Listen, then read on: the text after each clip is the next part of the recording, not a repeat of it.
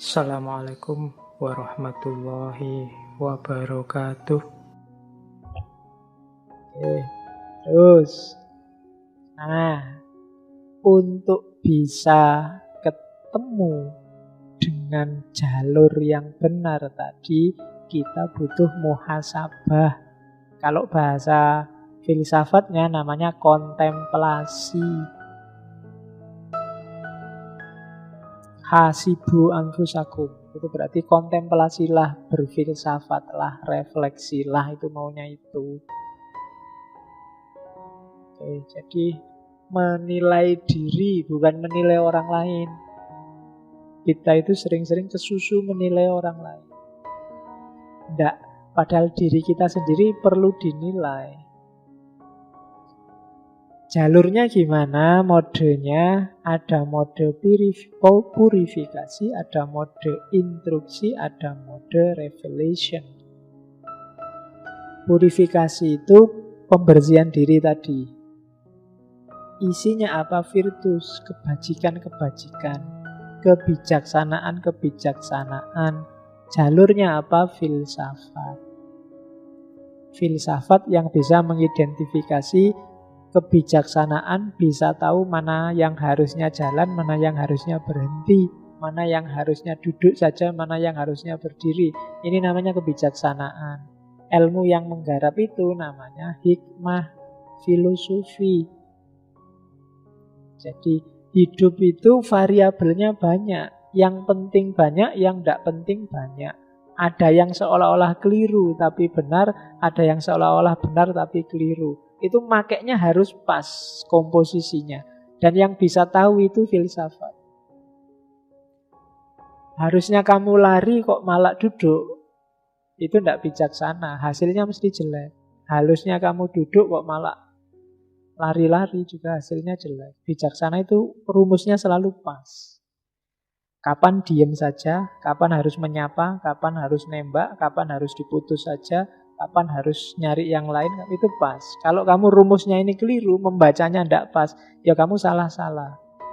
Waktunya nembak kamu diem aja, baru sudah ditembak orang kamu nangis-nangis, ngejar-ngejar, baru keliru, kamu salah terus rumusnya. Harus pas.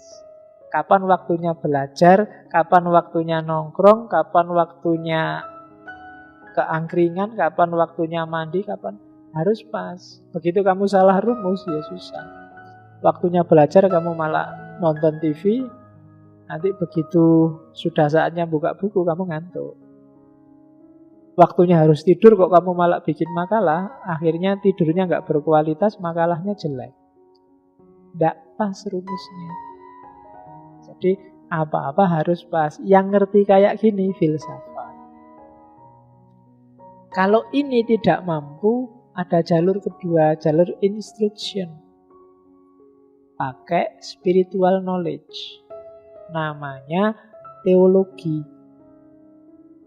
Pak, saya tidak mampu Pak, mikir sendiri, susah Pak. Ya sudah, pakai fasilitas yang diberikan oleh Tuhan, oleh Allah. Teologi, ajaran agama.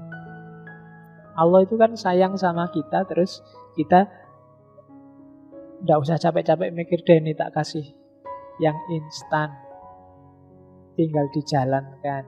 Namanya teologi, instruksi sifatnya. Itu namanya, ya isinya spiritual knowledge, pengetahuan-pengetahuan spiritual. Kita harus begini, kita harus begitu, jangan begini, jangan begitu. Nah, itu langsung resepnya dari Tuhan. Namanya teologi. Kalau merasa belum tangguh untuk berpikir sendiri, ya pakai jalur teologi.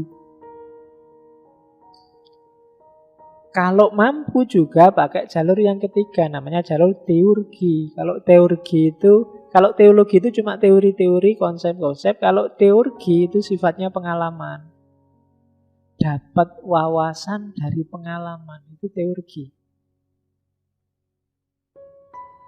Kamu nolong orang lain, terus rasanya kok nyaman. Nah, ini pengetahuan teurgi. Kalau teologi, kamu baca Quran, terus Quran nyuruh sodako, terus kamu sodako. Nah, ini teologi. Tapi kalau teurgi, pengetahuannya kamu dapat dari praktik sehari-hari. Itu teurgi.